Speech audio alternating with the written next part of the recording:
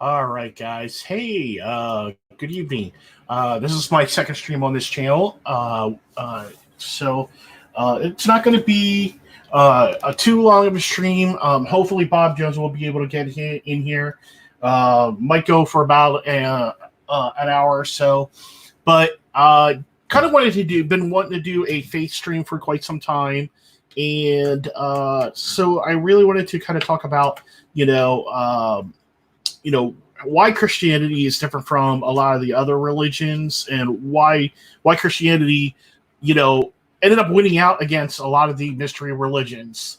So one of the things is reason why I wanted to bring up this topic is because yesterday, of course, was Resurrection Sunday, um, and it is the most important day in Christianity because Jesus, uh, rose from the dead on Sunday morning after being in the grave for 3 days and 3 nights. Now, of course, there are debates on how long, how long is a day? In Western theme, we think of a day starting at sunrise to sunrise as a day. But in Jewish thinking, it actually goes from sunset to sunset.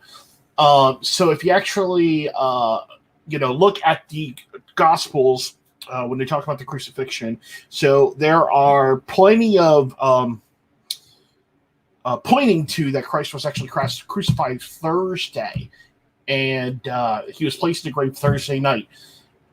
So that would give him Thursday night to Friday night, and then or possibly Wednesday. Some people say Wednesday. So Wednesday, Thursday, Friday, or Wednesday to Thursday, Thursday to Friday, Friday to Saturday, of course, then Sunday morning. So, like I said, it depends. Some people say it started, Thursday morning. But 100%, we're not sure, exactly. He was not, of course, buried in the grave Friday, and then he rose Sunday morning, because that's technically not 3 days. Even if you went by midnight, so it either had to be a Wednesday or Thursday. And also, if you look at the time that Christ was crucified, it was a special holiday at the time, because the way the Jewish feasts line up and stuff like that. This was a special Passover based on the years that they have, but what I'm here to talk about tonight, of course, is why Jesus' resurrection is important, and why we look at the mystery religions at the time, because they were all around at the same time. Why Jesus' resurrection actually stands out compared to the other ones. Because yes, they one thing a lot of people don't realize is they all do have some sort of connection, especially Mithras. And of course, in the ISIS religion, they did have dying and rising saviors. Osiris was killed, and then buried in the grave. Of course, then he rose again. Same thing with the Babylonian mystery religions. You have Tammuz with. You also had, like I said, Mithras, of course, the Dionysus cult. So all these mystery cults were all around at the same time. So in that time, in that context, Christianity wasn't unique in terms of a dying and rising savior. Now, it does go back to, so let me caveat that. So keep in mind, Pastor Hibbs actually says it best, and I have to give him a shout out, Pastor Hibbs at Calvary Chapel in Chino Hills, and he actually says it best. Satan isn't at work in in the daily lives. Yes, there are demons and stuff like that, a holy war, spiritual battles every day in our life. But Satan himself actually works in the church, because he uses all of the pagan practices, or the things in the church, like the be it replacement theology, or anti-Semitism. Those are all things that Satan uses to attack people. He'll also offer these religious things. That's where Satan himself controls. Now he has his minions and other things, in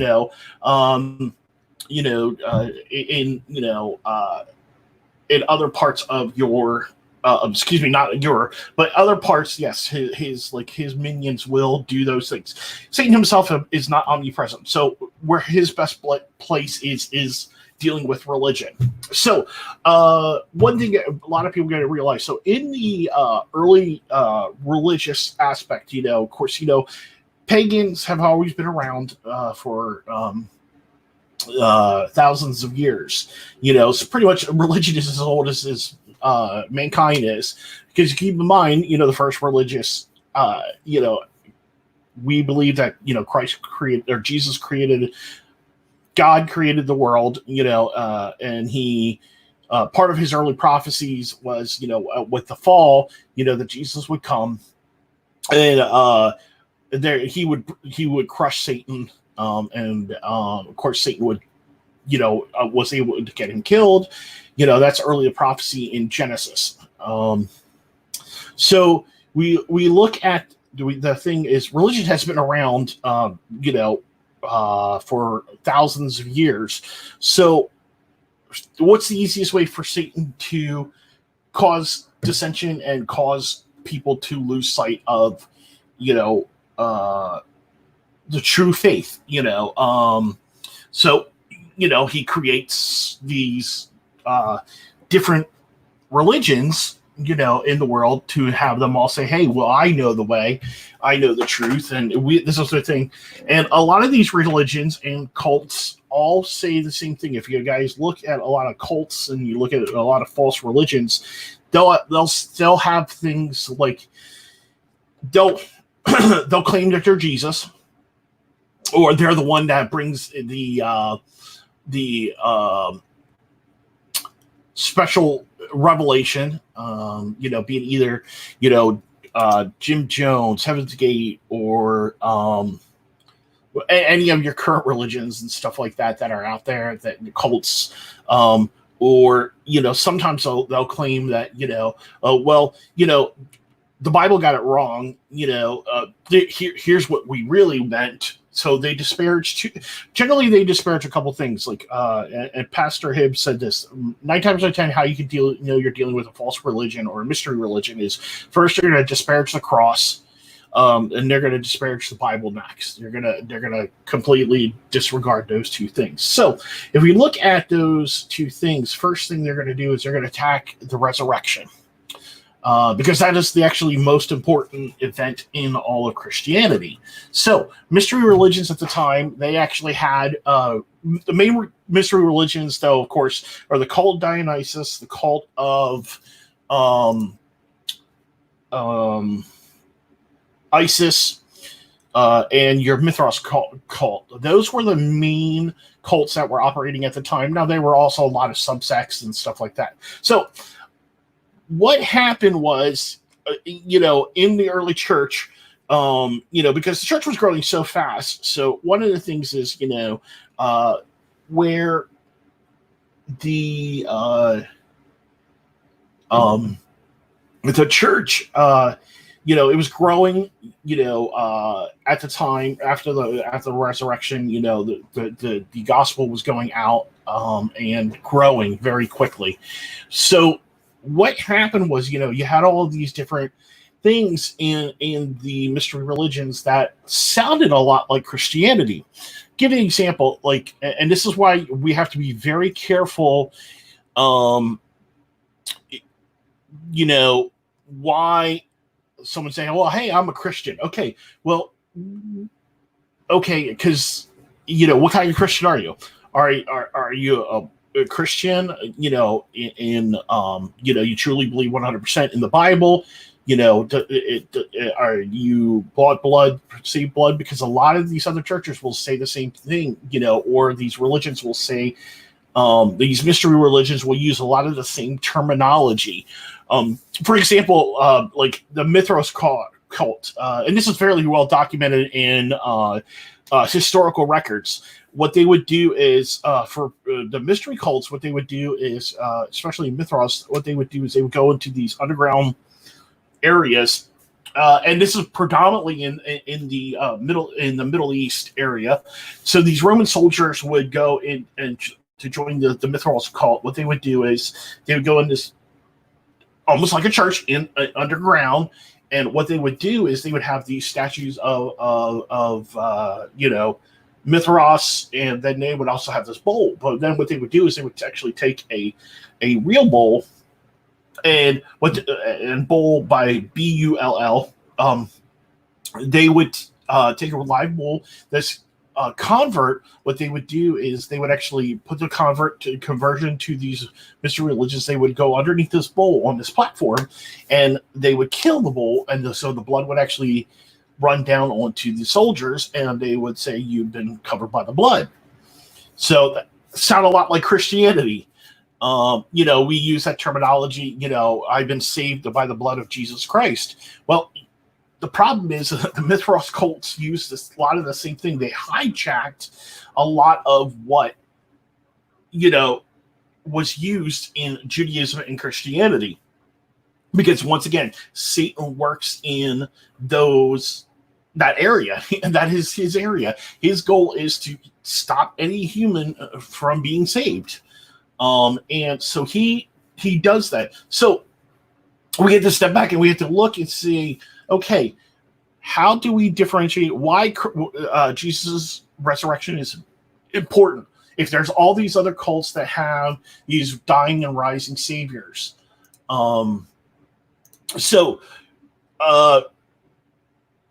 First thing that we look at is because so Jesus in the Bible claimed that he was the Son of God and the Messiah, and of course that is testified in Matthew 16:4. That his resurrection would be a sign from heaven. And that would authenticate his mystery. Of course, we know in 1 Corinthians 15:3-8, he was saw by 500 witnesses as after the resurrection, after the crucifixion and resurrection.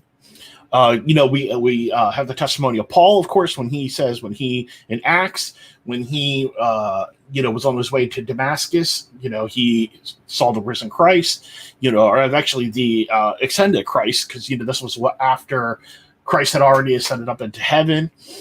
So, the other thing about the resurrection of Jesus Christ, of course, it proves both that he was sinless and divine nature. The scriptures state that, he would never see corruption. Of course, that's backed up by Psalm 16:10. And we're looking at, of course, another Jesus saw that was backed up by actually Acts 13:32-37. And we know that through the blood of Jesus Christ, forgiveness of sins is proclaimed to you. Through him, everyone who believes is set free from every sin. Of course, that's Acts 13:3-39. So what it also does is not only does, of course, the resurrection, excuse me, I apologize. It does not. It also validates his deity. The Old Testament. We're talking about how the Old Testament talks about the death and resurrection of Jesus Christ. Earliest death and resurrection, of course, was, and the virgin birth was in Genesis, and then we see in Isaiah 56 where Isaiah is talking about how the suffering Savior is going to come. And then, of course, we have the laments from David, where, David talks in Psalms about how, the Messiah will be, crushed and broken, and, he will not be given any regards. So all those things happen to, Jesus prove that, he was the resurrection. So the Christianity hinges on those statements. Now there is a lot more that goes into detail into why, for Christians, that is the importance of the salvation of Jesus Christ. Why these mystery cults, a lot of times, there are a lot of things. There is an old saying from Solomon, of course, there's nothing new under the sun. And this is where Bob, having Bob here, I wish he was here.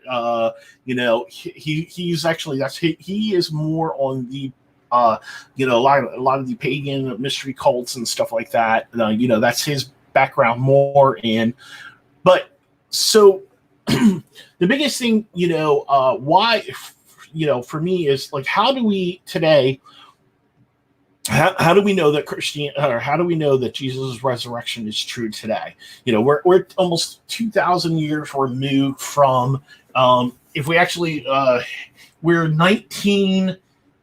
almost 1990 years, and another 10 years or so, it'll be actually 2,000 years from the death. Jesus' death was about 30 AD to 32 AD. So, we're 2020. So, we're good, 10 years possibly from 2,000 years from when Jesus was dead. So how can we know that today? I mean, we're 2,000 years removed, from that. And how do we know that it is a real event? And of course, once again, I'm going to show you how these mystery religions, took a lot of stuff and they used it and created a lot of the religions that we know today. With the death and resurrection of Jesus Christ almost 2,000 years ago, we look at things that help prove his how can I say this? Help prove the resurrection. Now, for unbelievers who don't believe the Bible, because a lot of people will say, unbelievers will say, well, you can't use the Bible, that's circular reasoning. Okay, so how do we know that Jesus even existed? Let's start even there first. Well, you've heard how of course we know from Josephus and other scholars at that time that Jesus definitely did existed, and that there was in the time frame there was all these movements for Messiah figures, because Israel was under the occupation of Rome, and they they were under the times of the Gentiles. So for good 400 some years, or 500 years, because with the Babylonian captivity, 530 or 530, either 536 or 544 BC, they were brought, they were dispersed as a nation, of course, then came back as a nation from the Babylonian captivity, and then off and on they were conquered back and forth with of Gentiles and stuff like that. Of course, the final was Rome, and then of course fully destroyed in 70 AD. They were dispersed out, and didn't become a nation again until 1948. So we look at going back to why Christianity is different from the other things, because everything hinges on Jesus. So all the other cults, for the mystery cults, we know ISIS wasn't real. We know Tammuz wasn't real. We know, well, let me rephrase this. Now, Tammuz is a little bit more sketchy on history, because that's actually also related to Nimrod and his queen. Now, of course, there are people that will say, let's use Mithras and Dionysus and Isis cults. So we know that they weren't real in concept. Now, we don't know. Possibly there could have been an early king named Osiris, but I mean, we don't have, of course, we don't have records from that time frame and stuff like that. There's possibilities that names get changed because when civilization started in the Shinar Plain at the Tower of Babel, being dispersed from that area, what ended up happening is, as these people were changed, the language was changed, of course, names were changed. So you could look at the fact of, so let's say in I apologize here, folks. I'm just waiting for Bob to send me a message to say he's back on. Okay, so we look at the mystery religions, and we'll say, okay, so say at the Tower of Babel, people move out. So they're, before the fall, yeah, God created this perfect earth. So let's start. Let's backpedal here. We're going to start from the beginning here. So God creates everything, and Adam and Eve lived in this perfect paradise for some unforeseen time. Once again, and I've said it time again before on another stream that I believe, of course, most Christians say the Earth's about 6,000 years old. I do believe if you really look at it, I think the Earth is a little bit older than 6,000 years. I don't believe it's millions of years old. I actually think it's probably close to anywhere to 6 to 10,000 years old. Reason being is I think that Adam and Eve were in the garden for quite some time. Because if they had to go through and name all the animals, and they're tending the flock. And if you look at the, I have actually taken a Hebrew class, and there is certain words that in the beginning scripture of Genesis, the first couple chapters of Genesis, where it seems like some time has passed, because the first 6 days of course creation are 6 days. I believe that 100%. The first 6 literal days is when creation happened. Seventh day God rested. And then after that, of course, from that, the end of creation, the last day of creation, day 7, till the fall, I think some time could have passed. Could have been a year, 2 years. Could have been, 100 years. We don't know how long it took for Adam and Eve to name, or Adam to name all the animals. So, we still then from there, like I said, from there to the fall, we don't know time frame because it doesn't literally see. Some Christian scholars will say, oh well, pretty much like after Eve was created, humans fell. Okay, well, I kind of find that very hard to believe that it was like instantaneously. I believe the Bible's kind of silent on the undetermined amount of time. So this kind of goes into keeping with everything here. So from there, what happens is, we go from Genesis, the fall. So from the fall when. Eve gets tempted by Satan, and of course, by the way, the serpent in the garden was actually kind of possessed by the spirit of Satan. I don't believe it was Satan himself. This is where I do differ on that too. It's kind of almost like an indwelling, like he was indwelled with demonic spirits, and he was indwelled with Satan. It was Satan as his force, because Satan can only do one thing at a time. So and the Dr. Michael Heiser is the one where I kind of looking at this and look at what the word nefesh means and different things, and the ideology, or not the ideology, but the understanding that how Hebrew thought and theology works. So if you guys don't know, I would definitely go follow Dr. Michael Heiser. He's got some great stuff. I also had him for my one of my master's classes at Liberty University. He's a fantastic, got me to think on a lot of stuff that I, as a non-denominational Christian, I think of context. I believe, I'm a historist. Like I believe that, the Bible is true 100%, that it's real people, real places and stuff like that. But does things happen the way that we think it is modern humanity? No. I think, God's writing outside of time. So to him, time doesn't exist. So he's writing these things to us. So we start from the fall. Of course, we know at the fall is where, that prophecy, of course, is God gives the prophecy of, Satan being crushed by Jesus coming, or the Messiah, a Messiah figure would come from a woman, and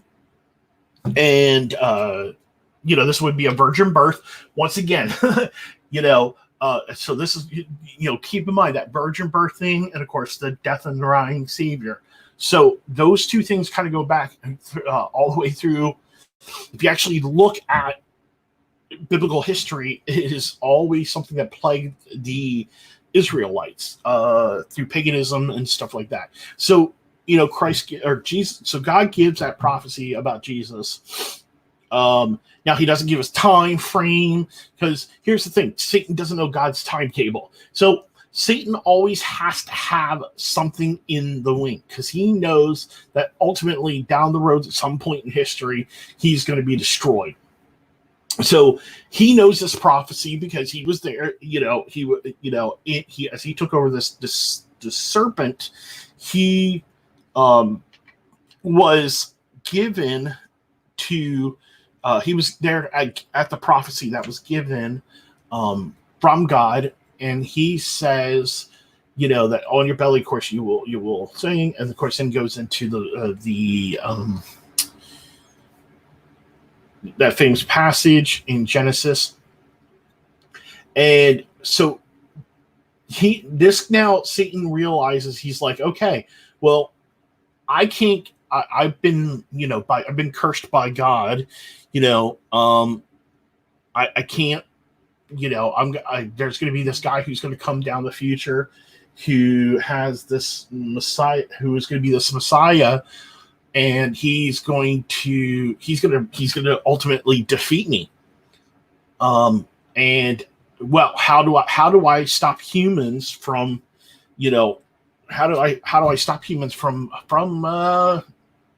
coming to, first, how am I going to stop, humans from following a savior?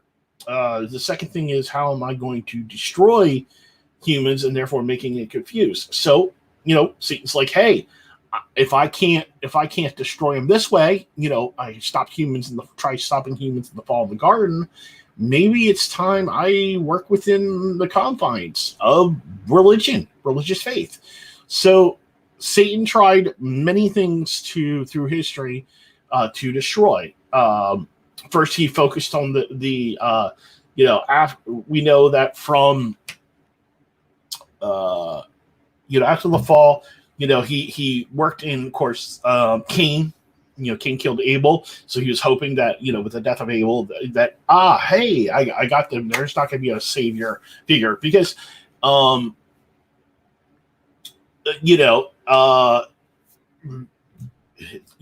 he was hoping that, hey, I stop it. And I apologize. Sometimes I lose my train of thought, guys. So, and that's one good thing Bob does for me. He keeps me on my thoughts and stuff like that. So the next thing is, once Satan is able to, he's failed, after the death of Abel, because, Seth was born, which created the whole lineage through Noah, through, Abraham, Jacob and Isaac, ultimately to Mary and Joseph, and to Jesus. So he failed that way. Okay, so he failed that way. So then what he did was he's like, oh, well, I'm going to create these creatures, or I'm going to corrupt mankind through, through genetically. And this is something I believe 100%. I believe that, the mysterious passage in Genesis 6 was dealing with, genetic manipulation in some way, not the God's, aliens doing this and stuff like that. I don't believe that at all. I believe this is basically Satan allowing, basically giving, almost kind of like allowing humans to play with stuff they shouldn't be. This is why I think this is why God saw it was so wicked. Basically, he allowed mankind's evilness to kind of roll. So, we know the destruction came, of course, in the flood. And, so that way, if there's another way Satan failed, of course, the flood happened. And, of course, 8 people survived that. So we started all over again.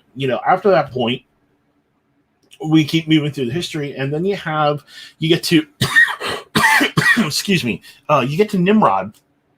And this is kind of where Satan's like, he really kind of kicks in the gear for, creating these mystery religions. So we're looking about, so the flood, from the fall to the flood, is about, if we look about the human time frame, could be, maybe 2,000-3,000 years after the fall. Now, some Christians will put about 1,800 years afterwards or something like that. Well, once again, I'm not dogmatic about time frames. We can't be dogmatic about time frames because the Earth's rotation was different. Wasn't a lot of these people that base these time frames are basing off of 365 day year or 365 and a quarter day year.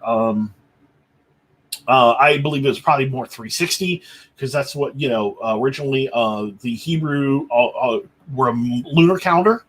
So they generally were 12 months of 30 days. And so that's one of the big reasons why. Now, so that's why I say about 2,000 to maybe 3,000 years, because like I said, we don't know how much time was between the creation day of 7 to the fall. We don't know how long the time frame was. Like I said, could have been a year, could have been 2, 10. I don't say more than 100 years, but once again, could have been some time. And then from the fall to the flood, about 2,000 years, maybe a little bit longer.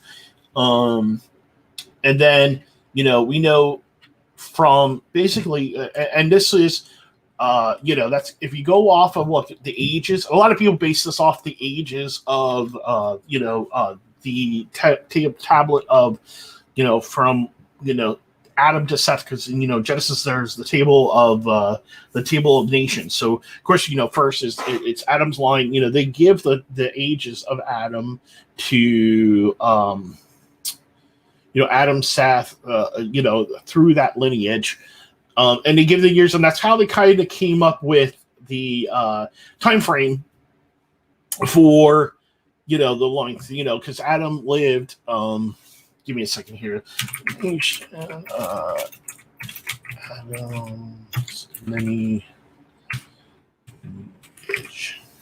Okay. So, so the family tree we look at, of course, there's two family trees. You had the family of Cain and Seth. Then we had, basically how they take the Adam's family. They took Adam's year, of course, to when Adam had Seth, then Seth had Enos. When Enos had Canaan, Canaan had his son, Jared, Enoch, Methuselah, Lamech, and Noah. That is actually the that's how they come up with the from the creation to creation to the fall. Okay. Or to the flood, excuse me. Now, so once again, Adam wasn't born, a baby or anything like that. He was a full-grown adult and stuff like that. So day one started, when he was created, day 6. Day 7 was his first day. So Adam was already fully adult. So was Eve. So now, the thing is, like I said, I think again we have how can I say this? Just discrepancies between the Torah, of course. Then there's also the different old versions of the Old Testament have different ages and stuff like that. So, but I think either which way you look at it, I think that Adam was a real person, Seth was a real person, Cain was a real person. I think Tubal Cain, all these people were real people at one point. Of course, these are names that are English names. Now, where we put them in human history, like I said, because we do have to take, you know, modern, to a point, we take modern history. Now, I don't take, like I said, we don't take the millions and millions of years. We take it. I believe that Adam was the first human created. He was not, and I believe at one time, of course, the land mass was completely different. So there was actually, I believe, there was probably one supercontinent, and that the garden was placed in the middle of the supercontinent with the rivers, the Pishon, the Gihon, and Tigris and Euphrates, and those rivers, of course, two of the rivers no longer exist. So I think that human history was there at that time frame.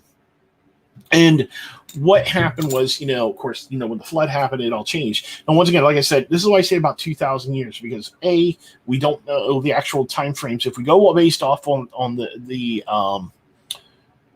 Addams family tree, we do look at that. Of course, that that's in chapter 4 and chapter 5 for those genealogies. Now, so then in Genesis chapter 10, we go into the table of nations. And from there to from Noah to Nimrod. Now, Nimrod is actually not his name, by the way. That is actually a title. The Bible does not record what his actual name is. So a lot of people think, oh, hey, that's his name. No, there's a lot of new research that has come out within the last 10 years or so that Nimrod was his the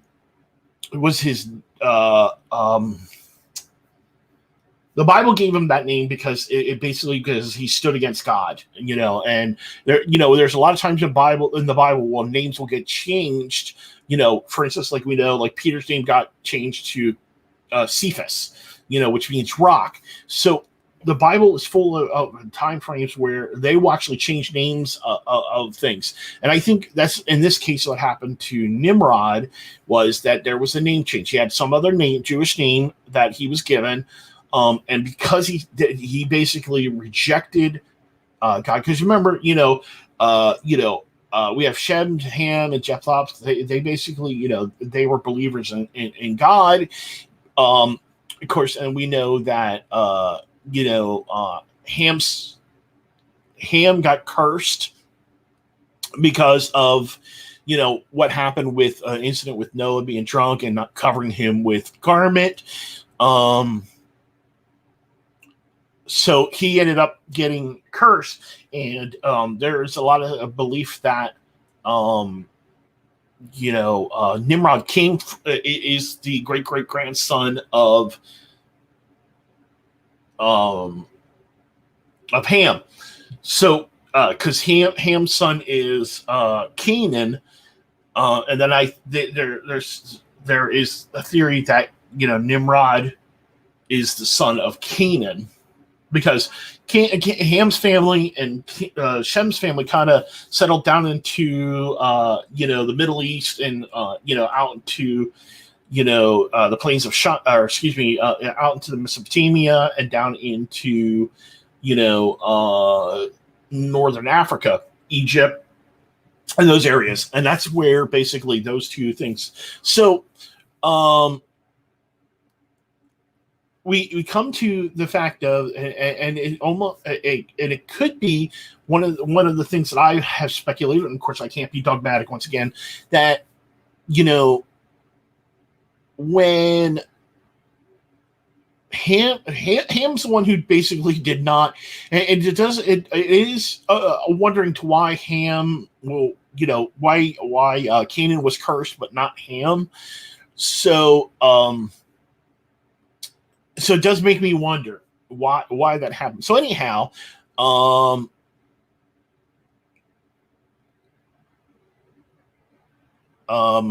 sorry about that. I lost my train of thought again. So we go from there to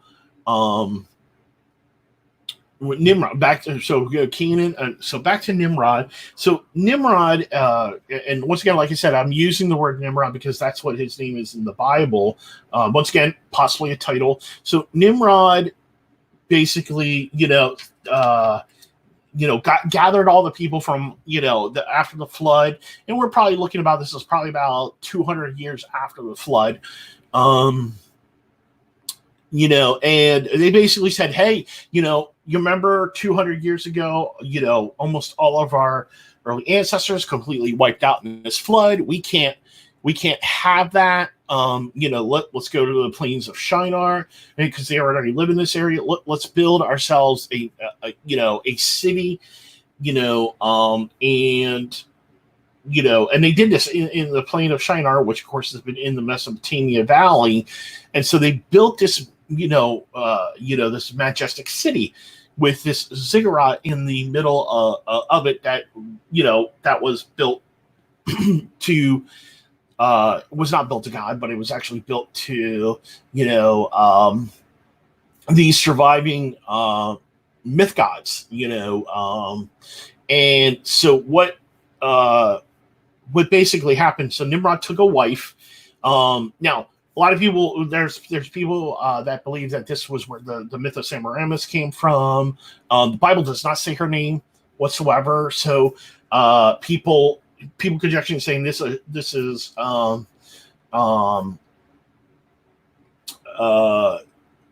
Semiramis, that this is where the Semiramis and the Tammuz, her son. Once again, the Bible's silent on who that is, who the mother of Tammuz is. But what we do know, though, is Tammuz was a early pagan mystery religion in the Middle East at the time of it is speculated that even Abraham worshipped possibly worshipped Tammuz, but we know he was a pagan. He was actually a pagan worshiper, because pretty much, if you actually look at that time frame, basically after the flood, basically after the dispersal of the nation. So basically, Nimrod sets up this new nation, and it's an affront to God because they're basically disobeying the commandments of that God said about moving out. And therefore, they're supposed to move across the nations, and they're supposed to populate the earth, and of course, Nimrod saying no, we can't have that. We were destroyed once in a flood. We were already moving out, and he comes back and says, well, no, let's not do that. Let's go ahead. We're going to stay here. Of course, God destroys that. He, confounds the language, and people basically start moving out. So this comes back to where I wanted to get to. So at that time frame that, Nimrod was there, that I think Nimrod kind of set up this new religion, because he was already, he hated everything of God, because, that he was given this, he took this title. Basically, either he took the title or, God once again renamed the title, that he basically hated all things of God. He wanted nothing to do with God. So he basically set himself up as God, and he set himself up as the new religion. Now, this comes back to the thing is, Satan's always got someone waiting in the wings. This is Satan's first time trying to take over the world. This is him trying to use religion to take over the world and keep people under his control. So therefore, the Babylonian mystery religion goes like this. So Nimrod marries a female, unknown name. I'm not gonna, like I said, people will say Semiramis. So if we use Semiramis, I don't want to use that. So his wife bears the son Tammuz. Okay, Tammuz. Then Nimrod dies. Unfortunately, he's if you look at, he's gored and he's killed in battle. either by in battle or by an animal and stuff like that. And then so this leaves Semiramis or whoever the wife is of Nimrod. So this leaves her pregnant with Tammuz. So literally, she claims that Tammuz is Nimrod reborn, and she declares him, of course, dead. So what ends up happening? So Tammuz grows up. They create this kind of almost like this mystery religion where Tammuz's mother is the the head of this religion, and Tammuz is basically Nimrod reborn, and i.e. the dying and rising savior. He can save everybody. Unfortunately, what ends up happening is then Tammuz dies. Unfortunately, he is killed. Once again, kind of ironically, in almost the same way that Nimrod dies, and of course, his mother laments for 40 days, and then claims that hey, he's reborn. In 3 days he's reborn. So that's where that whole death and resurrection kind of thing started. Now it already started back in the Bible, but Satan used his twisted version of it, at the Tower of Babel. So what then happens then is, another theory is I do believe that at the same time, this is where the Epic of Gilgamesh comes in. That I believe that, this is where,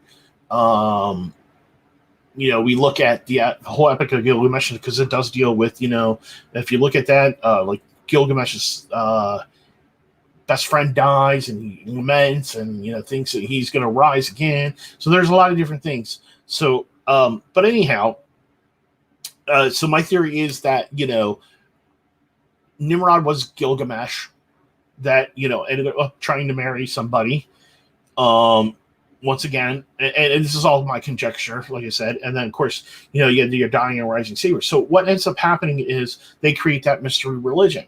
Well, so God then disperses everything because it is an affront to him that once again that the mystery, this mystery religion, they're disobeying his commandment to disperse and to populate the entire earth. Then he tries to of course, everybody gets dispersed out and people in their own language. What actually happens is that each of these groups, these family groups, as they move out, they take their name of Nimrod, his wife, and the son, and they change. For instance, there is Isis. The mother becomes Isis. The father is Osiris. The son is who? Give me 1 second. Sorry about that, guys. My sister or my niece came downstairs. So, and then of course you have the son of Isis, who is basically Tammuz.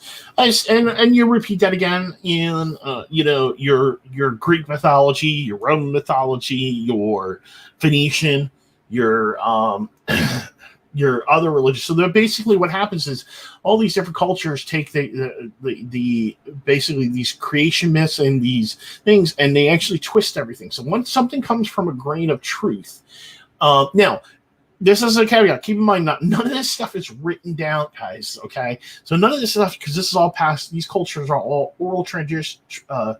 All this is all oral, and it doesn't get written down for hundreds of years. So until we think that the Babylonians created some of the earliest, and 100% yes, they did create some of the earliest known writings.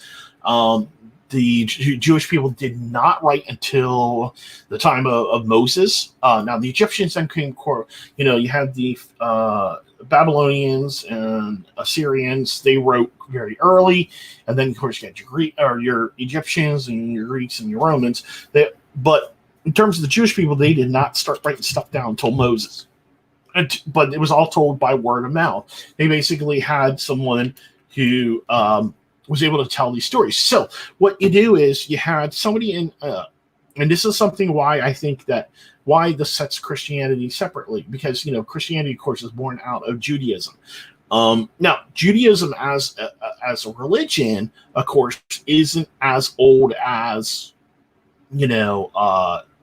say like some of the mystery cults, like the Babylonian, Mithras, a lot of these other mystery religions, because the Egyptian religion is thousands of years old. Same thing with the Babylonian religion. But keep in mind, these were all stories passed around and stuff like that until humans started writing stuff down. So if we look at in terms of the the stories, yes, the biblical stories came after these other things. But keep in mind, these people moved out. So these mystery religions, basically, they took a lot of the same stuff from that Judaism already had in its culture, because they're almost all the same thing. You have your central religion. So originally Noah's family was they weren't Jewish, but they were Gentile. They were Gentiles because there were no Jewish people until Abraham, and well, technically till Jacob, because that's when they changed the name to Iron. But anyhow, Abraham was called out of the Gentile race, and he became Jews out of the Gentiles. But so anyhow, when we look at the biblical stories, so really nothing is new under the sun at all. We know that these mystery religions have always plagued the Jewish people. They did not. I think when God decided to write down the Bible, He's like, look, I gotta, these mystery religions are affecting people. People are not coming to me. They're being led astray. I gotta write down the Bible. Of course, by then you also had, you had the Exodus. You had you had the Jewish captivity for 400 years. You had the Exodus. So a lot of these mystery religions, what they did was they used terminology and things. Of course, then they morphed over time and stuff like that, themselves, because not even the mystery religions themselves get their origin stories correct. There's like 4 or 5 different things for the mystery religions, just for the Mithras or Isis and Ra, and so not even those things get things right. But so what ends up happening is, I believe that God got tired of these mystery religions trying to hijack what He created, so He decided, what, I'm going to write down the Bible. I'm going to give Moses how the world was created. Now, keep in mind, I firmly believe, this is something I firmly believe, that, if you look at the genealogy in the Bible, that there's a lot of speculation and proof that, that all the way up to Abraham, that possibly Shem was alive at the time Abraham was, that Abraham was alive. So you have, if that's the case, you have, so Adam to Shem, or excuse me, not Adam to Shem, but you have Adam, and then probably to Methuselah, or Adam to Seth, Seth to Methuselah, then Methuselah to Noah, Noah to Shem, then Shem to if he was alive, as long as they say he was in the Bible, then Shem to Abraham, who could have given him all the stuff from creation. So he may have had Shem may have had some sort of parchment or stuff written down, or something like that. Or he could have had all the stories that he told to Abraham, and then Abraham, of course, then passed it on to his kids. So theoretically, so you can go from if you had Shem to Abraham, okay, because you also had Shem to Aphoxa, and then you had Abraham, of course, being the son of Aphoxa. So there's speculation. So that's where I come back to. You have basically 5 people from the beginning of the Adam to Seth. So okay, so Adam tells Seth about the creation of the world, and then of course Seth lives through most of the time frame from up to possibly up to Jared or Enoch. Enoch, let's say Seth to Enoch, and then Enoch, before he was taken by God, he could have told Methuselah, and then Methuselah would have told Noah, because remember, Methuselah lived the longest, and then Noah would have told Shem. Shem, if he did live, he would have met Abraham. Okay, because Shem did live after flood. I think it was a total of like 700 and some years. And so you had basically you would have had the long line there. Okay. So let's say Shem, once again, what does it say here? Let me see where he is. Let's see where.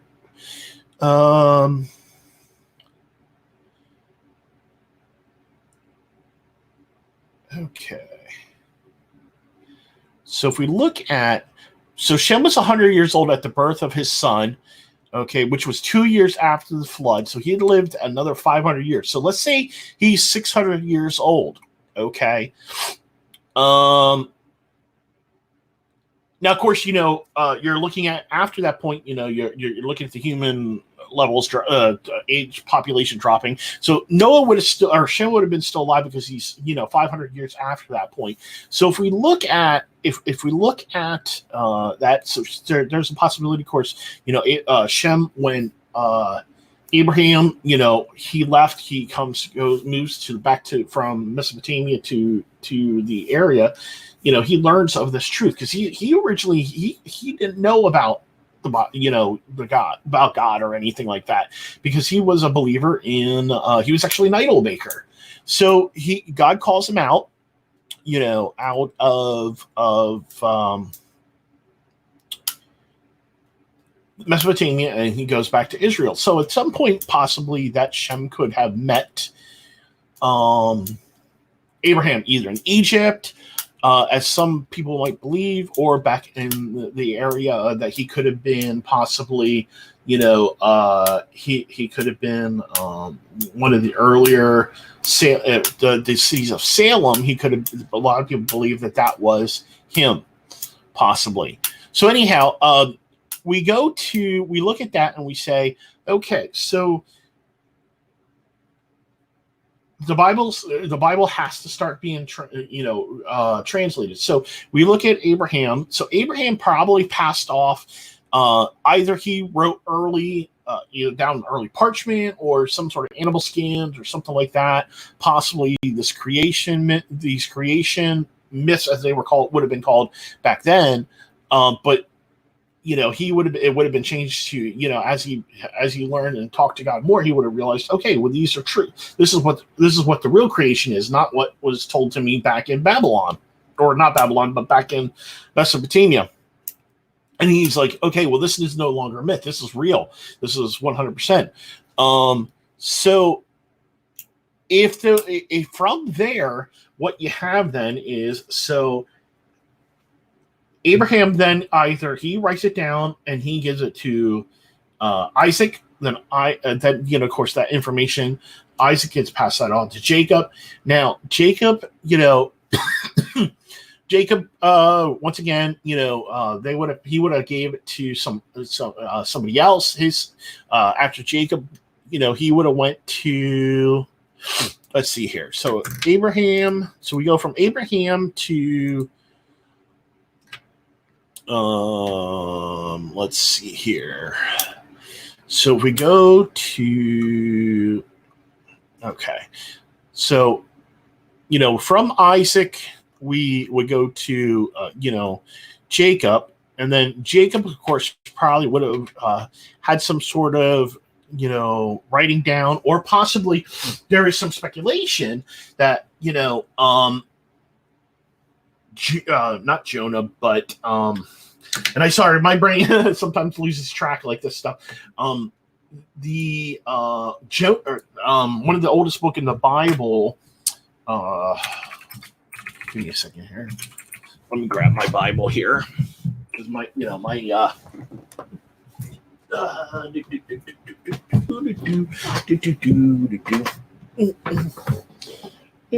okay, it's in this. Okay. All right, so let me grab my Bible. Of course, I use the King James Study Bible, and I'm not the type of person. I do also use the NSV. I don't have a particular preference on it. I do like the King James because I do like the poetry-ness and the beautiful thing, how it flows. A lot of the early English is wonderful. Okay, so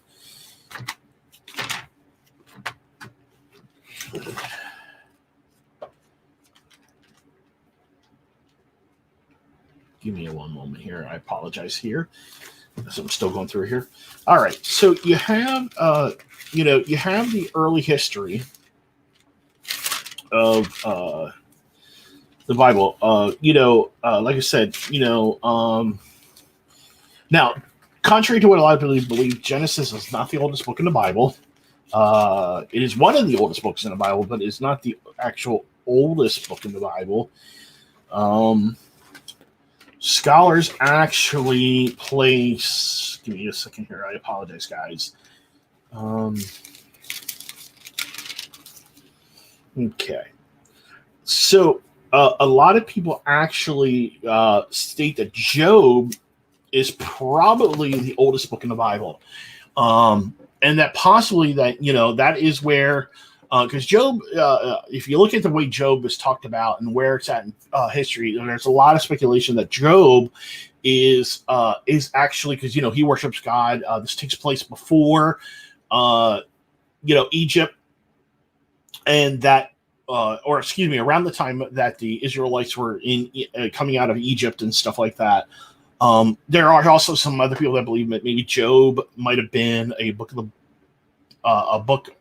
probably the earliest Bible. It was a book of the Bible. It was actually probably before the flood. Now I don't know and believe that. I believe it's probably after the flood.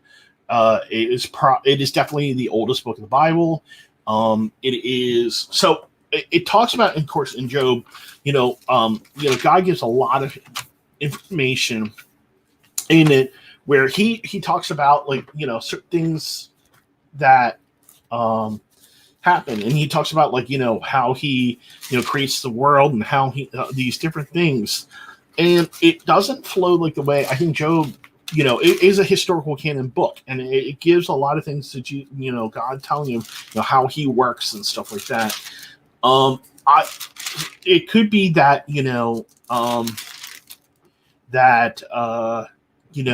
when if Job is after the Bible or after the flood, he could have been around the time of the Israelites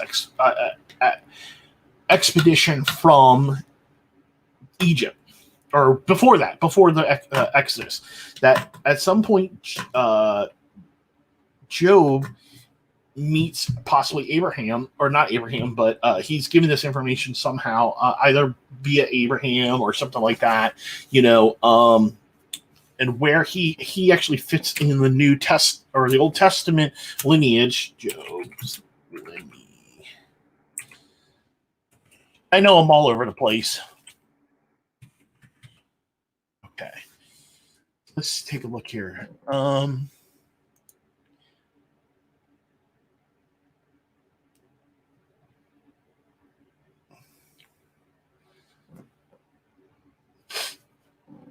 So if we look at where Job is, so let's say, let's say somehow I believe Job may have,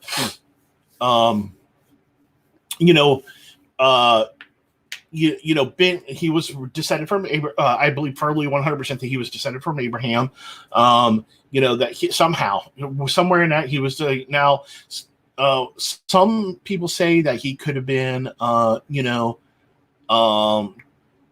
related to, Esau, possibly, but he was definitely, we do see that he is a follower of God, and he's, he knows of culture and stuff like that, and he's very well smart. So it could be that, he was given, all this stuff. And of course that when Moses left, when he fled from Egypt, he could have gone into the area and he could have met Job. Job, of course, gave him all this information because he was a servant of God. And of course, then that's when God has Moses write everything down and stuff like that. So, and once again, this is all conjecture, it's just my thoughts. So anyhow, so we look at that. So, you could really have potentially, the early books of the Bible, within,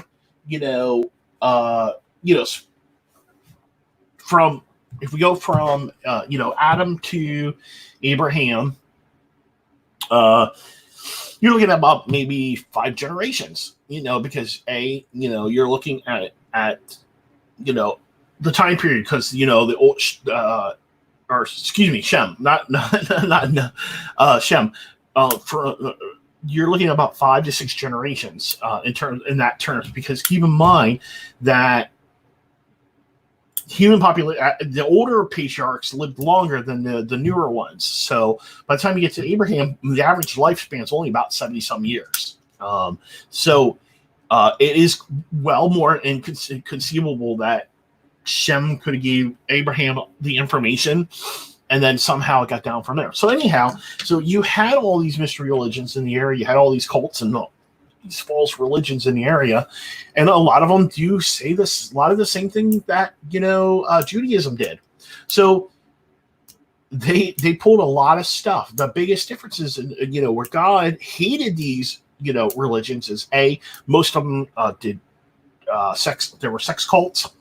They were sacrificing children. And they were just doing wicked things in the,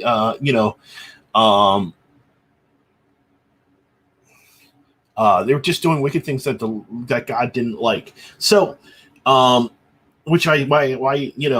God just continued to pull things out, and of course, he gives different things. He was, all the different commandments, which I highly recommend. A lot of people do read the Old Testament because it does set up a lot of what happens in the New Testament. And it just goes to show you that there is, just like the mystery religions of old, it's the same thing we have today. They don't change. Satan will try to hijack anything that he can.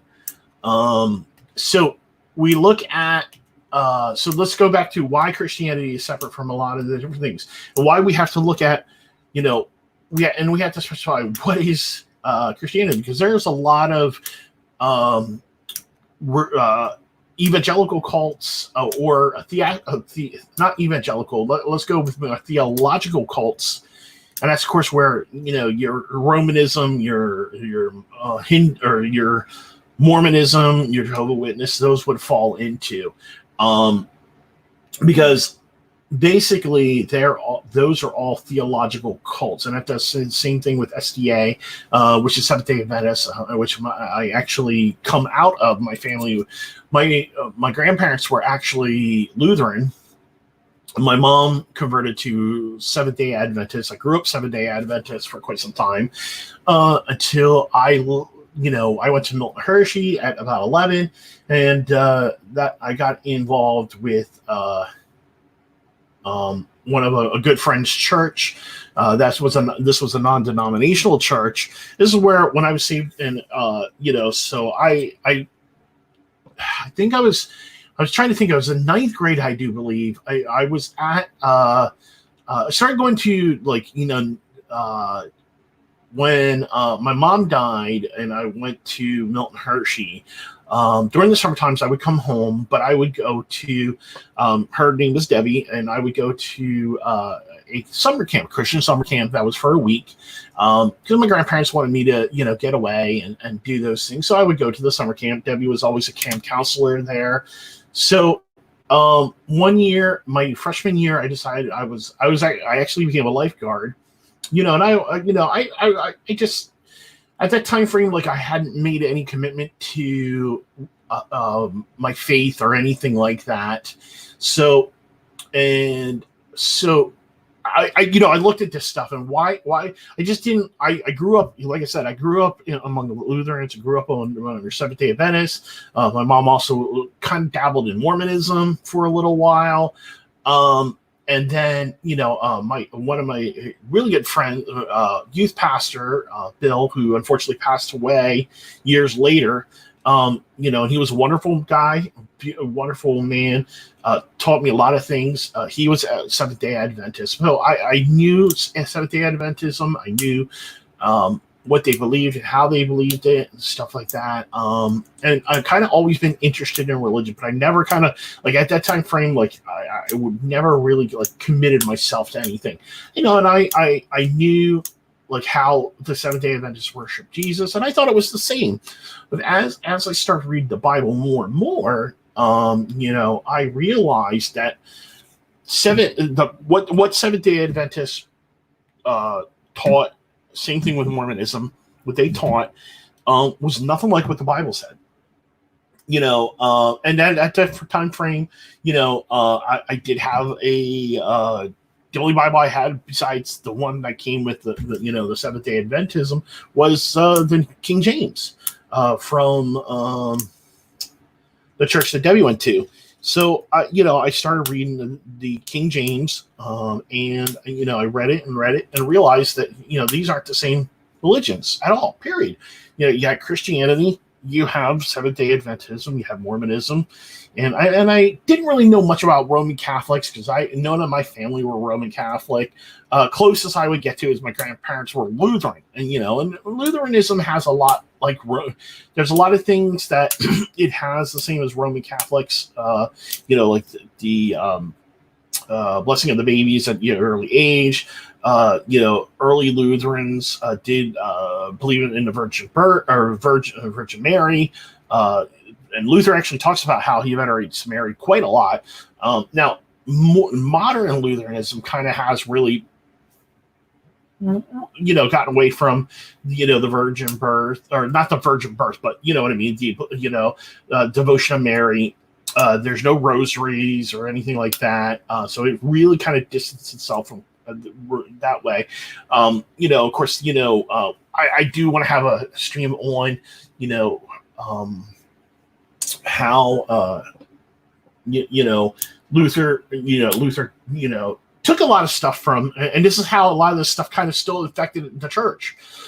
So, and Luther did a lot of good stuff, but at the same time, there was a lot of stuff that still kind of pagan practices and these mystery religion practices that still stayed within the church, and unfortunately, they've affected all the way through even today. So there are, these things. So at the age of 15, I decided to, I've read the Bible a lot, going to church.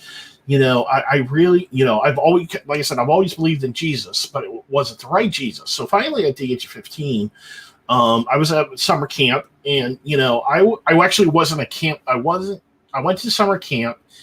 They actually needed a lifeguard, so I was just going to camp as a lifeguard, and I wasn't like I hadn't fully committed to, I believed myself was spiritual, but I hadn't like fully committed myself to, believing that Jesus was, my savior. Even though I knew he died, I always believed that he was lived, he died, but I didn't believe he was like my personal savior. I believe like kind of like he saved, everybody. But I didn't know what like true faith really was at that time frame when I was, 11, 12, 13, 14, 15. Kind of didn't understand what true faith was and what salvation was. And when I went to this church camp, I had all 100%, was going to be a lifeguard, which I still was that summer. I was a lifeguard, but I also ended up doing camp counseling too. And it was one early morning. I think it was like the Wednesday I was there, and I was having early morning Bible reading. Because the camp did, they had early morning camp counselor. Like the camp counselors would always be up earlier. We would have a Bible study beforehand, but we were always given stuff to read during the day, every day, our daily reading. So I was reading, and unfortunately, I forget what I was reading. And it was that moment I realized, sitting there, it was like 5 or 6 in the morning, and I sat there and I realized, what am I doing? It's like I've been sitting here all these years. I've been going to church, and I've listened to the gospel. I've heard the gospel. Why am I basically hesitating? And my walk with Jesus hasn't been perfect, at all. And I will tell you, I struggle with a lot of sins to this day. That has changed me, and I try every day, but I'm not perfect at all, period. So why so I was reading the Bible, and that's what really, why the Bible versus, say, the Mormonism scriptures, or the Seventh-day Adventist versions of scripture. And for me it was, basically it was because what I was reading that morning, it just like I know 100% the Bible verse like clicked to me. And it was like, and I it may have been John. If I like I said, I can't remember 100%. We might have been doing John, and I think it was probably, it was, I know it was in the beginning of the book of John we were reading, because I think it was John, because a lot of times we kind of did like a lot of the New Testament at the church. So, but anyhow, so, I finally at that time, I realized that I was a sinner. I realized that, that Jesus died on the cross for me. And that at that time frame, I realized that, I wasn't going to get to heaven. No matter what I did, no matter what religion I followed, no matter what, faiths or whatever I could do here in this world on myself, there was no way I was getting to heaven. I just came to that realization at that time frame at 15, and I broke down, and I realized, and I got on my knees, and I just prayed. I just, and I'm like, Lord, I'm sorry. I apologize. And I do this all the time, even to this day. I apologize to the Lord for failing him, and I fail him every day. And I, once again, I wrote a tweet on, Sunday saying, I could never pay the price that Jesus paid for me at all, and that is why he came. So he came to this earth, and this is what sets him separate from it. He came and he came to give us a saving faith and a believing faith that we could spend eternity with God. And if we try not to sin, we turn our back on sin, and we try to live as the Bible says. And this is where we need to kind of get away from these traditions and all this different stuff, and just read the Bible. And so that's what ultimately gave me my eureka moment, was reading the Bible and realizing. So I I became a Christian at 15, and things were good. For quite some time I lived for the Lord, and then, life coming along and kind of smacked me in my head, and um, I kind of drifted away. Still have all, once again, still, I believed in the Lord. I went to church. But I kind of played this, just going through the motions again. And then, had something personal happen to me again. Met a wonderful person, Matt, who I worked with, and him and we formed a really good friendship, and and he counseled me, and he's like, "Hey, you're a believer. Why are you living like this?" He's like, you love the Lord. Why are you living this life of sin? And I'm like, I don't know. I didn't have an excuse, and so I went home and I just say, "Can you pray for me?" And he he did. He prayed for me, and I got down on my knees, and I asked the Lord for forgiveness, and I learned some things again, and I completed that cycle a couple of times, going through my life, and I've done that, and I firmly believe we go through those cycles, of we get in a way of things, and we follow idols, and that's idols, in terms of money, religion, cars, computers, whatever. We lose focus on what God has and what Jesus did. So coming back to where I feel that Jesus' resurrection is completely different from the mystery religions, because like I said, it's all because these mystery religions use a lot of the same terminology. So we have to be very careful. Once people say, I've been saved in the blood of the Lord. Okay, which Lord? Was it Jesus Christ, going to the Bible? Or is it a made up Jesus, that's been made up? Is it the Jesus of, say, Mormonism? Is it the Jesus of Seventh-day Adventists? We got to know what the right Jesus is, because, like I said, these mystery religions haven't gone away; they're still here. They're under a whole new guise now, because that's how Satan is able to get people. So going back to the fact that Jesus' death, birth, and resurrection is important, because it actually is the foundation of Christianity 100%. If Jesus died and didn't rise, okay, it was not seen by 500 people, okay, we excuse me, there would be folly to our faith. We'd be able to, it would be exposed. You wouldn't have the 500 witnesses. I mean, the 12 disciples plus, the other believers, Paul, Timothy, these people would never have, given their life for the Lord if this was something false. And so it is very important. It's very important that, once again, we need to focus on, what is faith, and what is a saving faith.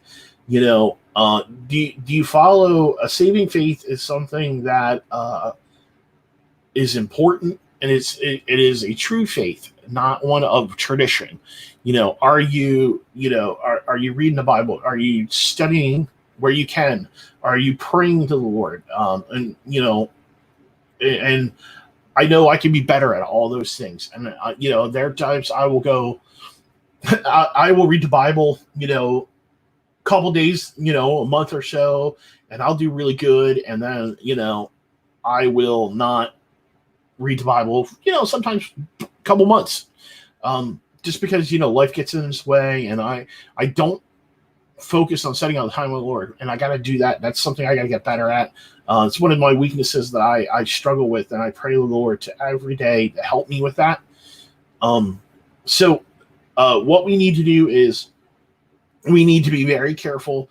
The saving faith, like I said, is read the Bible, I highly recommend just, reading the Bible, start there. And you'll realize that, what sets Christianity is separate from these mystery religions. And, and like I said, once again, these mystery religions are not gone. They're here. These false religions are here. They're not gone. Contrary to what people said, it is, they're here. Because these mystery religions were based on cultural influences, and a lot of people will say, oh well, they kind of died out. No, I think they really just morphed themselves, into a lot of the pagan, or a lot of the false religions, the cults that we have today. You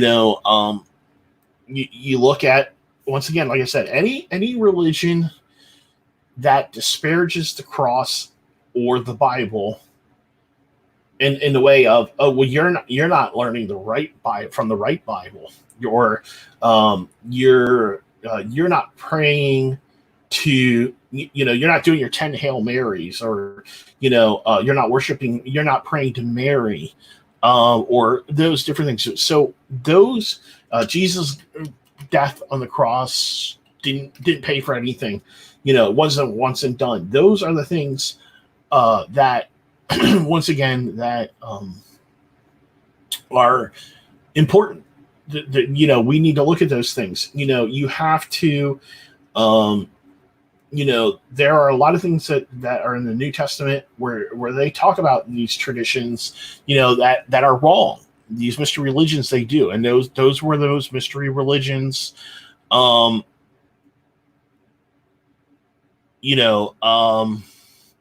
mean, so, I don't want to, one of the big problems is I don't want to get into,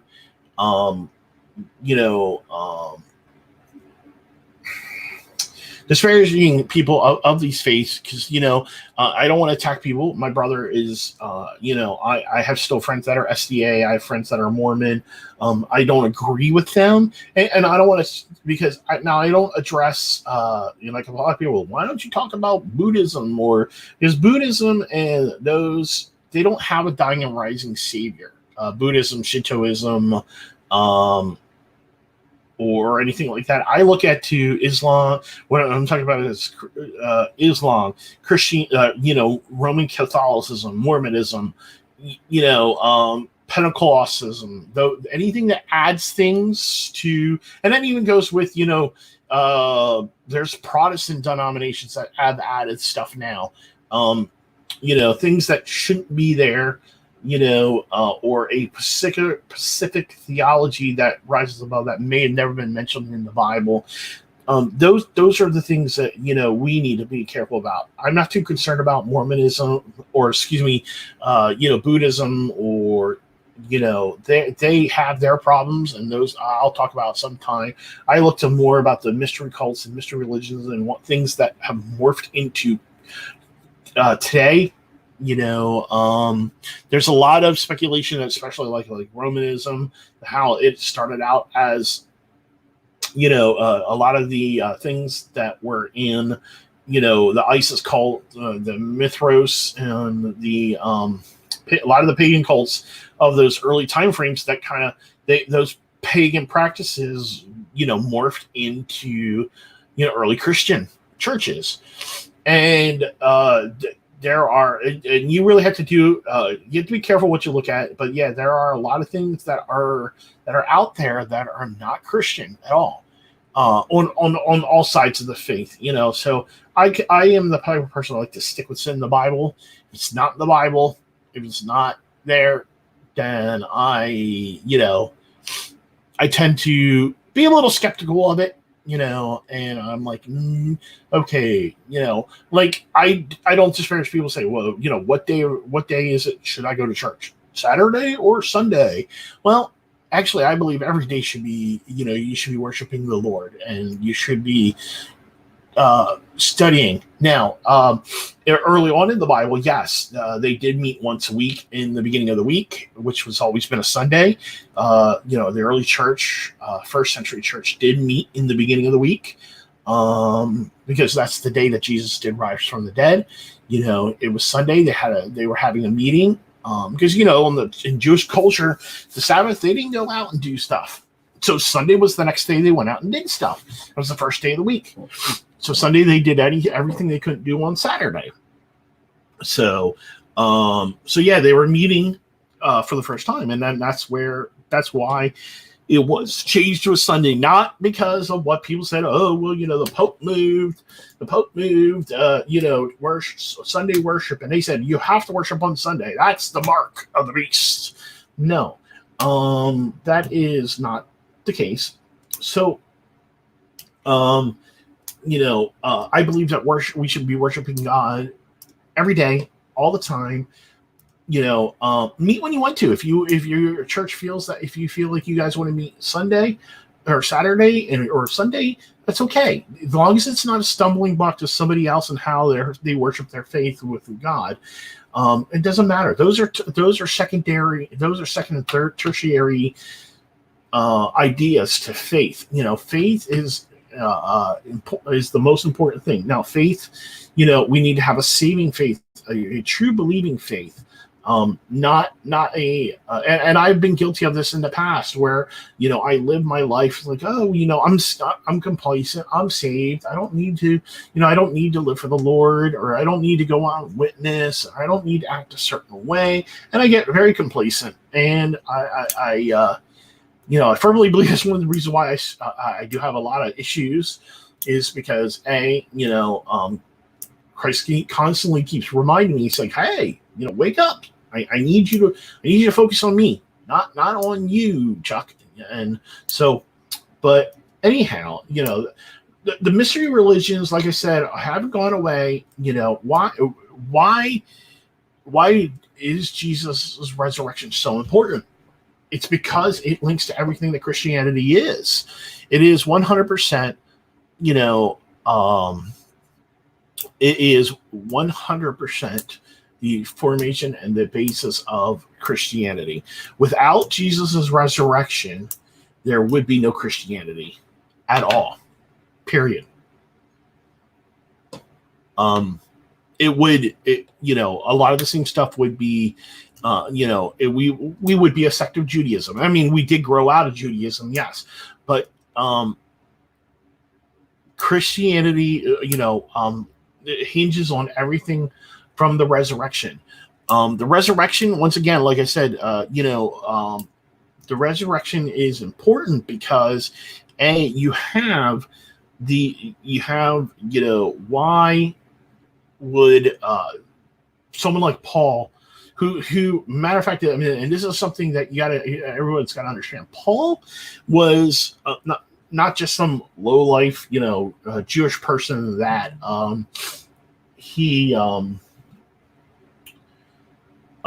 low life person in the how can I say this, like he wasn't like a normal person. Paul, unlike Peter and Paul, or he wasn't like Peter. Peter was a fisherman. He was bottom of the totem pole. He was an average person in the Jewish. He was not remarkable in the Jewish culture at all. If you look at him, he was just an average person. So Paul, on the other hand, was a guy who literally was said to be on the Sanhedrin. He was under training of Gamaliel, who was part of the 70 Sanhedrin that set the laws in Judaism. For him to literally, and this is what's so amazing, that God took hold of Paul, and he said, he changed Paul. Paul was a murderer. He stoned Stephen to death, and other Jews. He would turn other Jews that were converted to Christianity, he would turn them in, and these people would die. He was an accomplice to murder. He was a murderer himself. And so for God to take someone like that, like Paul, and Paul meets Jesus on the road to Damascus and say, hey, why are you crucifying me? Why are you torturing me? And Paul's like, what do you mean? What am I doing? He's like, you're killing Christians. By killing them, you're killing me. And he's like, look, Paul fell on his knees and he was blinded, and he realized that he realized, and he converted to Christianity, and he became Paul became one of the greatest evangelicals ever, and he traveled most of the known world all the way to Rome. And I firmly believe that Paul is actually, I have two favorite people in the Bible that I love. Old Testament, I love David, because David, there's so many things that David did wrong in his life, but God still used him. And I feel like a lot of times in my life that I relate to David quite a lot. Now, I was never king or anything like that, but how David was used mightily, by the Lord in many ways. And then in the New Testament, Paul is who I relate to the most in the New Testament. And I firmly believe that's actually one way you can actually help get through the Bible, is by, find people who you like in the Bible and, read their story. The other people I really like are Job. I love the book of Job. The book of Job. If I had to pick a book out of all the Bible, the book of Job is probably my favorite book of the Bible. And then next to, I would say probably, First Samuel, or Genesis. Now, don't get me wrong, Genesis is a beautiful book. I love, reading and stuff like that. But there's something I read in the book of Samuel and the book of Job, I think, because they're a little bit more personable. And then you have, and then in the New Testament, I would think probably my two favorite book. My favorite book is probably, it's probably Ephesians or Philippians. Those are probably two of my favorite books there. And don't get me wrong, I mean, I love almost everything Paul writes. Everything that Paul writes is wonderful. But anyhow, those are the things that I really like. So those are how I was able to read the Bible a lot and get used to doing those things. And how Paul's writing was able to show me so much about who Jesus was, how our relationship with God should be, how our relationship should be with Jesus and others should be. And then, it allows me as a believer to say, oh my gosh, this is how I should be living. It gives me a perfect example. Was Paul perfect? I'm probably sure he probably still struggled. And David, we know 100% struggled. So really, that's kind of all I have to say. I know it's kind of all over the place. Making up for Bob not being here. Not sure if I'm going to keep this up, but I will for a little bit.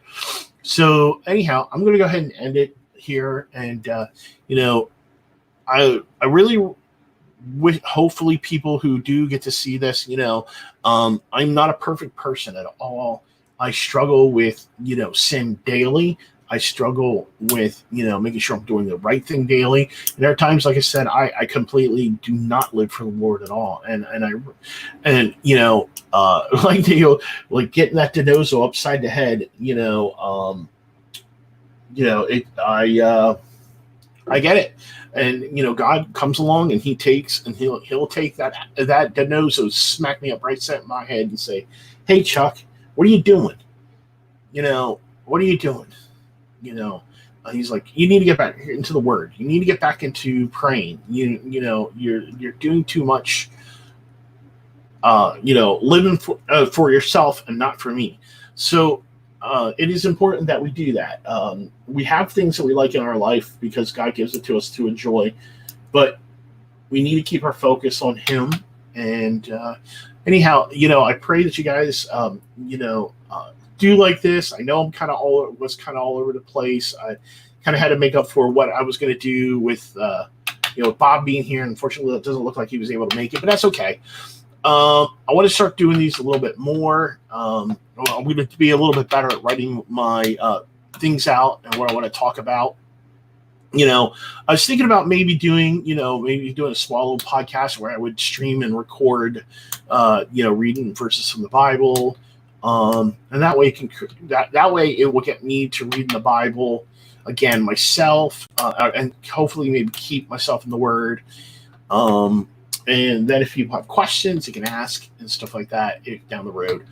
But let me know if you guys do watch this later. Let me know what you think, if that's something you guys would be interested in, or if you have a topic maybe you want to ask about from the Bible. And if you have more questions about how is Christianity different from these different religions, and why the mystery religions haven't disappeared, and why they morphed into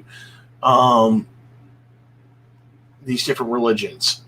These different, cults or theological cults. So, like I said, I am a non-denominational Christian. I don't.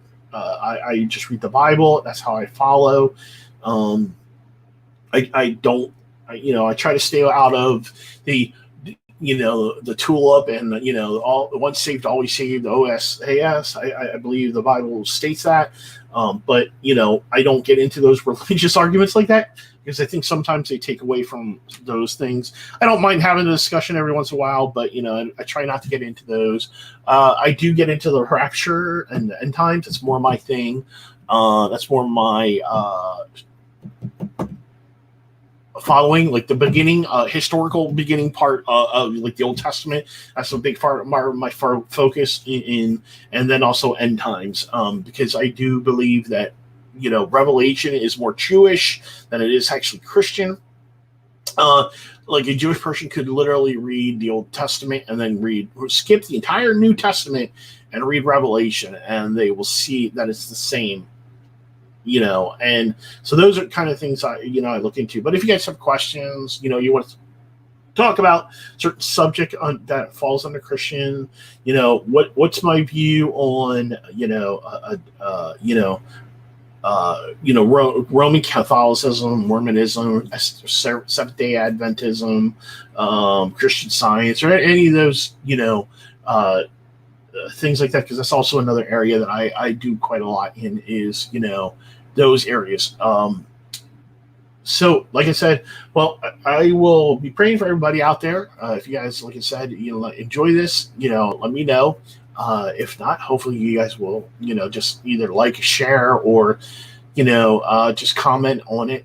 All right, have a great evening. God bless.